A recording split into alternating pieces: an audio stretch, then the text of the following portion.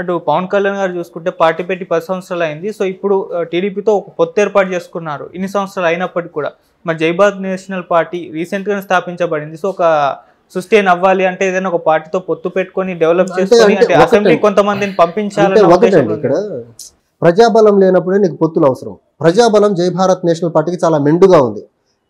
మా ఆశయాలు, మా ఆదర్శాలు, మా పార్టీ విధి విధానాలు, మా మేనిఫెస్టో ప్రజలకు చాలా చేరువైపోయింది ఆల్రెడీ.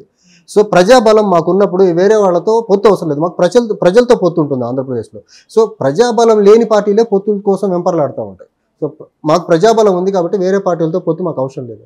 ఓకే, ప్రజాబలం ఉంది అంటున్నాను. దాదాపు 170 స్థానాల్లో పోటీ చేయాలి. మరి అంతా పోటీ చేసేంత క్యాండిడేట్లు అభ్యర్థులు ఉన్నారు కదండి, ఉన్నారు. ఏ రోజుకి ఆ రోజు అసెంబ్లీల వారీగా, జిల్లాల వారీగా, తర్వాత పార్లమెంట్కి కోఆర్డినేటర్స్ అందరినీ నియమిస్తున్నారు కదా. సో ప్రజలు లీడర్షిప్ రెడీ అయిపోతుంది ఆల్రెడీ పోటీ చేసేదానికి. మరోవైపు మీ పార్టీ స్థాపించినప్పుడు కొన్ని రూమర్స్ రావడం మనం చూసాం. సో కాపు ఓట్లను చీల్చడానికి పార్టీ ఏర్పాటు చేశారు, మన పవన్ కళ్యాణ్ గారు ఓట్లను చీలుస్తారు, ఇది వైసీపీకి ఫేవర్లో ఉంటుందని చెప్పేసి ఇటువంటి రూమర్స్ పైన మీ ఒపీనియన్? అంటే కాపులు ఓట్లు చీల్చేయడానికి, జనసేన ఓట్లు చీల్చేదానికంటే జనసేన లీడర్షిప్ అంత వీక్గా ఉందా నాకు తెలియక అడుగుతున్నాను. వైసీపీ పార్టీకి ఫేవర్గా చేయడానికి లేదు, మేము ఆంధ్రప్రదేశ్కి ఫేవర్ చేసేదానికి ఉన్నాము, ఆంధ్రప్రదేశ్ ప్రజలకు ఫేవర్ చేసేదానికి ఉన్నాం తప్ప వేరే పార్టీలకి వీళ్ళు ఫెయిల్ అయ్యారని మేము వచ్చాము, వాళ్ళకి ఎందుకు ఫేవర్ చేస్తామండి? మేము ఛాన్సే లేదు అసలు. ఒకళ్ళు ఓట్లు చీల్చేదానికి వల్ల మేము ఆంధ్రప్రదేశ్ని ఒక అభివృద్ధిలో అగ్రగామిగా ముందుకు తీసుకెళ్లేదానికి ఉన్న పొలిటికల్ వ్యాక్యూమ్ని, లీడర్షిప్ వ్యాక్యూమ్ని ఫుల్ఫిల్ చేసేదానికి వచ్చాము మేము. అంతే తప్ప వాళ్ళని ఫేవర్ చేసేదానికి వీళ్ళు ఆంధ్రప్రదేశ్కి ఫేవర్ చేస్తాం, పక్కగా ఆంధ్రప్రదేశ్ని. అంతే తప్ప ఆ పార్టీకి ఈ పార్టీకి ఫేవర్ చేసే పరిస్థితి ఉత్పన్నం కాదు జై భారత్ నేషనల్ పార్టీకి. ఓకే, మేజర్గా అసలు జై భారత్ నేషనల్ పార్టీ సిద్ధాంతాలు ఏంటి, యాక్టివిటీస్ ఏంటి, ఏం చెప్తారు? ఒకటండి, ఇప్పుడు 10 సంవత్సరాలుగా ఆంధ్రప్రదేశ్కి హక్కుగా రావాల్సింది సాధించడంలో ఈ పార్టీలు ఫెయిల్ అయిపోయినాయి. అవి సాధించడం వన్ ఆఫ్ ద సిద్ధాంతం ఆఫ్ జై Bharat national party. Polavaram main టైంలో పూర్తి చేయాలనేది ఒకటి. ఆంధ్రప్రదేశ్ రాష్ట్రానికి హక్కుగా రావాల్సిన విభజన టైంలో ఇచ్చినటువంటి హామీ అయిన ప్రత్యేక హోదాను సాధించడం ఒక సిద్ధాంతము. ఇప్పుడు విభజన హామీలు చట్టంలో పొందుపరిచిన హామీలు ఇవ్వకపోగా వైజాగ్ స్టీల్ ప్లాంట్ని వీళ్ళు ప్రైవేటైజ్ చేయబోతున్నారు. సో ఆ ప్రైవేటైజేషన్ నుంచి దాన్ని కాపాడటం ఒకటి. సో ఏదైనా ఇవన్నీ ఆంధ్రప్రదేశ్ యొక్క డెవలప్మెంటల్ ఇంట్రెస్ట్ చుట్టూ ఉన్న అంశాలు. ఈ అంశాలన్నింటినీ ప్రొటెక్ట్ చేయడమే జై భారత్ నేషనల్ పార్టీ యొక్క మెయిన్ ఉద్దేశం అండి. సో వచ్చే ఎలక్షన్స్కి బీ ప్రిపేర్డ్గా ఉన్నారు, ఎప్పుడు అభ్యర్థులను ప్రకటించే అవకాశం ఉంది, దాదాపు ఎన్ని స్థానాల వరకు గెలవచ్చు? ఒకటండి, ఇప్పుడు ఆల్ 175 కాన్స్టిట్యున్సీస్లో పోటీ చేస్తున్నాం. కొన్ని అసెంబ్లీకి తర్వాత కొన్ని పార్లమెంట్కి అయితే కోఆర్డినేటర్లను ఆల్రెడీ నియమించారు మా అధ్యక్షుల వారు. అండ్ గెలుపు విషయానికి వచ్చేసరికి ఆ ప్రజల బలం రోజు రోజుకు మాకు పెరుగుతూ ఉంది. అండ్ మా మేనిఫెస్టో తీసుకొని మేము ప్రజల్లోకి వెళ్ళిన తర్వాత మా అధ్యక్షుల వారి మీద పర్టికులర్గా ఆంధ్రప్రదేశ్ ప్రజానీకం చూపుతున్న నిజాయితీతో కూడుకున్న ఆ ఆదరణ ఏదైతే ఉందో, అట్ ద సేమ్ టైం మా అధ్యక్షుల వారి నిజాయితీ గురించి వాళ్ళు మాట్లాడుతున్న మాటలు అవన్నీ చూస్తూ ఉంటే డెఫినెట్లీ జై Bharat national party coming assembly and parliament ఎన్నికల్లో సైజబుల్ నెంబర్ ఆఫ్ సీట్స్ అయితే గెలవబోతుందండి.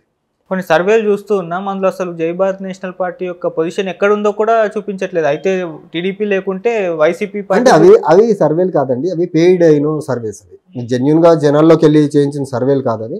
అండ్ ఐ థింక్ వాళ్ళు మా పార్టీ ఎస్టాబ్లిష్మెంట్ కంటే ముందే చేయించుకున్న సర్వేలు అవి. అంతే తప్ప మా పార్టీ మా పార్టీ పెట్టిన తర్వాత వచ్చిన సర్వేలు కాదు ఒకటి.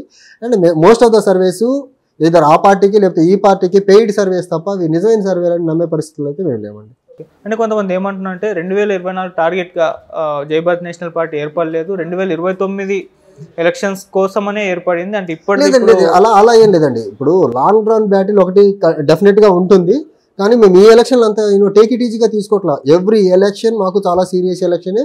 సో మా పార్టీ పెట్టిన తర్వాత ఫస్ట్ ఎలక్షన్ అసెంబ్లీ ఎన్నికలు కాబట్టి అంత ఈజీగా తీసుకునే పరిస్థితి అయితే లేదు. మాకు ప్రతి ఎలక్షన్ సీరియసే. 24 సీరియసే, 29 సీరియసే, 34 ఎలక్షన్ కూడా మాకు సీరియస్ అవ్వబోతుంది. సో ఈ ఎలక్షన్ ప్రాసెస్లో ఒక సైజబుల్ నెంబర్ ఆఫ్ సీట్స్ మేము గెలుచుకొని డెఫినెట్గా రాష్ట్రానికి ఏదైతే లీడర్షిప్ వ్యాక్యూమ్ ఉందో దాన్ని ఫుల్ఫిల్ చేయబోతున్నాం మేము. ప్రత్యర్థులు కూడా మరి మీ పార్టీని అంత సీరియస్గా తీసుకోవడం లేదు. అయితే వైసీపీ టీడీపీ పైన, పవన్ కళ్యాణ్ గారి పైన, లేకుంటే షర్మిల గారి పైన చూస్తున్నాం వైసీపీ పార్టీ, ఆ టీడీపీ వాళ్ళు వైసీపీ పైన చూస్తున్నాం కాబట్టి అసలు నేషనల్ అంటే వాళ్ళకు భయం ఉందండి, వాళ్ళకు భయం ఉంది. ఇప్పుడు మా పార్టీ ప్రస్తావన వాళ్ళు తీసుకుంటే లేకపోతే మమ్మల్ని వాళ్ళు సీరియస్ ప్లేయర్ ఇన్ ద గేమ్గా కన్సిడర్ చేస్తే ఇప్పటికీ వాళ్ళకి మా వల్ల ఏ డ్యామేజ్ జరుగుతుందో క్లారిటీ ఉంది. దాన్ని ఇంకా మ్యాగ్నిఫై చేసిన వాళ్ళు అవుతారు, ఆ డ్యామేజ్ని మా బలాన్ని ఇంకా పెంచిన వాళ్ళు అవుతారు. సో మా బలాన్ని పెంచకూడదనే ఒక స్ట్రాటజీ గేమ్ వాళ్ళు ఆడుతుంది. ఆ ట్రాప్లో జనాలు అయితే పడరు, జనాలు ఖచ్చితంగా మాతో ఉన్నారు.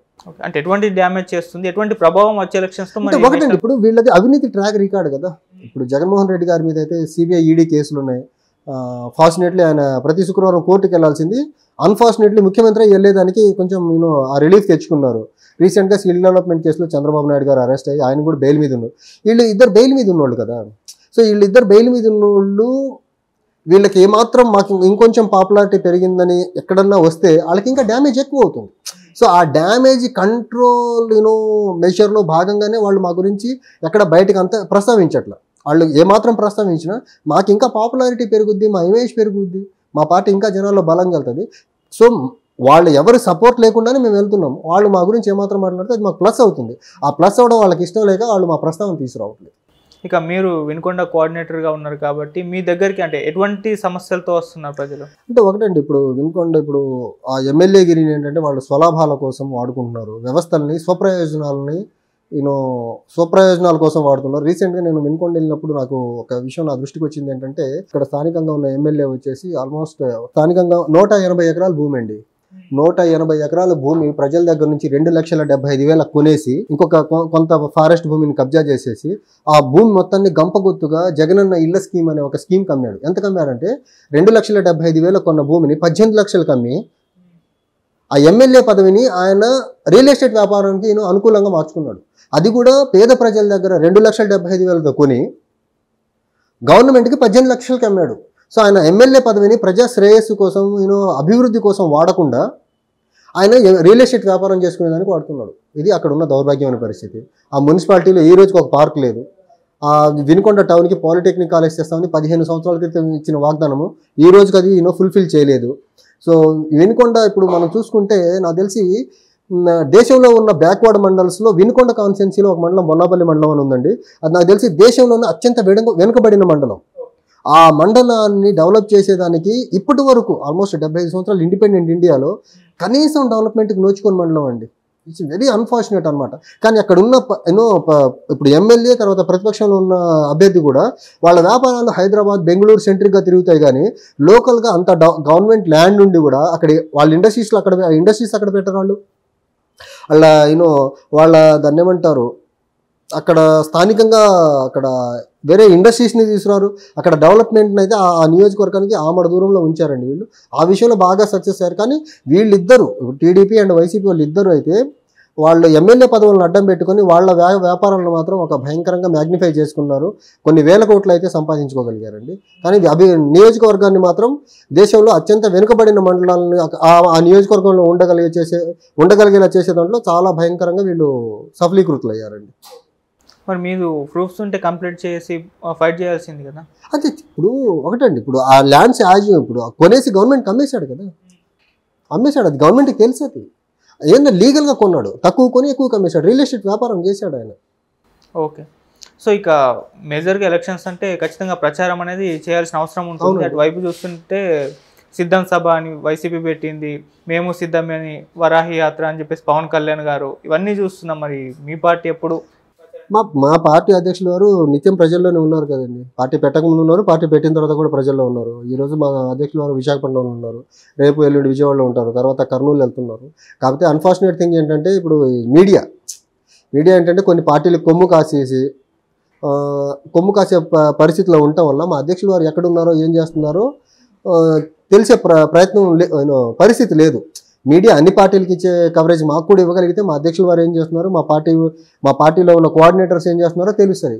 అన్ఫార్చునేట్ థింగ్ ఏంటంటే మీడియా కవరేజ్ లేకపోవడం అనేది కొంచెం బ్యాడ్. సరే, ఇటు వినుకొండ నియోజకవర్గంలో చూసుకుంటే ఇద్దరు అపర కుబేర్లు ఉన్నారు మరి అక్కడ. సో వాళ్ళిద్దరిని ఎదుర్కొని మరి జై భారత్ నేషనల్ పార్టీ ఏ విధంగా ముందుకెళ్తుంది అంటారు? అపర కుబేర్లు కరెక్ట్. అక్రమంగా సంపాదించిన డబ్బుతో ఇద్దరు చాలా వేల కోట్ల అధిపతులు వాళ్ళిద్దరు. వాళ్ళు ఏంటంటే ప్రలోభాలండి. వాళ్ళేమి ప్రజా ఆమోదంతో గెలుస్తున్న వాళ్ళు కాదు. వాళ్ళు నాసిరకం చీరలు మహిళలకు పంచుతూ ఉంటారు. తర్వాత ఇంతకుముందు తమిళనాడులో ఉండే కల్చరు, మిక్సీలు, కూలర్లు, తర్వాత వాషింగ్ మిషన్లు, గ్రైండర్లు, టీవీలు పంచే కల్చర్ ఉండేది. తమిళనాడులో కల్చర్ని ఇప్పుడు వినుకొండ నియోజకవర్గాన్ని తీసుకొచ్చేసారు వీళ్ళు. ఇప్పుడు మిక్సీలు పంపిణీ కార్యక్రమం మహిళలకి. సో ఇలా వీళ్ళు ప్రలోభాలతో ముందుకు వెళ్తారు. దాన్ని తిప్పికొట్టే సామర్థ్యం సత్తా మాకుందండి. సో వాళ్ళ దగ్గర అక్రమంగా సంపాదించిన డబ్బు ఉండొచ్చు, కానీ మాకైతే ప్రజాబలం ఉంది. సో ప్రజాబలంతో వాళ్ళిద్దరిని ఎదుర్కొంటామండి మేము. ప్రజలైతే మరి అంటే ఇప్పటి వరకు వాళ్ళిద్దరికీ ఓటేస్తూ వచ్చారు కదా, మరి జై భారత్ అంటే నేషనల్ ఆల్టర్నేట్ లేక ఆయన కాకపోతే ఈయన కాకపోతే ఆయన అనుకున్నారు. ఇప్పుడు ఆల్టర్నేట్గా జై భారత్ నేషనల్ పార్టీ అనేది ఒకటి వచ్చింది కదా. సో డెఫినెట్గా ప్రజల మద్దతు మాకుంది. అండ్ నేను ప్రజల్లోకి వెళ్తున్నప్పుడు చాలా పాజిటివ్గా రెస్పాండ్ అవుతున్నారు అందరూ. అండ్ వీళ్ళు ఈ చీరల పంపిణీ ఎలా ప్రలోభాలు, ఎంత నాసిరకం చీరలు, ఒక నాసిరకం మిక్సీలు, ఇలా ఈ పంపకాలతో జనాల్ని కొంచెం ఒక భ్రమంలో ఉంచేస్తున్నారు. ఆ భ్రమంలో జై భారత్ నేషనల్ పార్టీ తొలగిస్తుంది, అక్కడ ప్రజల్ని చైతన్యవంతులను చేస్తుంది. ఖచ్చితంగా వీళ్ళిద్దరిని ఓడిస్తాం. ఓకే, ఎటువంటి యాక్టివిటీస్ చేయబోతున్నారు అక్కడ? ఇంకోటి మేము మేనిఫెస్టోని డోర్ టు డోర్ క్యాంపెయిన్లోకి తీసుకెళ్తున్నామండి. సో అది అందులో తెలుస్తున్నాయి మాకు వీళ్ళు ఎలాంటి అరాచకాలు. ఇప్పుడు రియల్ ఎస్టేట్ వ్యాపారం చేస్తున్నారు, ఇళ్ల పట్టాల కోసం రియల్ ఎస్టేట్ వ్యాపారం ఎలా చేశారనేది కానీ, ఈ నాసిరకం చీరలు పంపడం కానీ, ఓటర్లకి ఎలక్షన్ ముందు కూడా పంచడం మొదలెట్టేస్తారు వీళ్ళు. సో నాసిరకం చీరలతో వీళ్ళు ఏదో ఇమేజ్ బిల్డింగ్ ప్రయత్నం చేస్తూ ఉన్నారు. అవి అవినీతితో సంపాదించిన డబ్బుతో కొనిస్తుందని ప్రజలను ఆల్రెడీ చైతన్యవంతం చేస్తున్నాము. ఇప్పుడు మిక్సీలు పంపిణీ కార్యక్రమం చేస్తున్నారు. ఆ విషయం కూడా చెప్తున్నాం, వీళ్ళ సొంత డబ్బులతో వీళ్ళు అక్రమంగా సంపాదించిన డబ్బుతో మిక్సీలు కొని బల్క్లో కొనేసి మీకు ఇస్తున్నారు. ఓకే, సో మిక్సీలకి తర్వాత నాసిరకం చీరలకి మీ ఓటు నమ్ముకోవద్దని జనాలు చైతన్యవంతులు చేస్తున్నామండి మేము.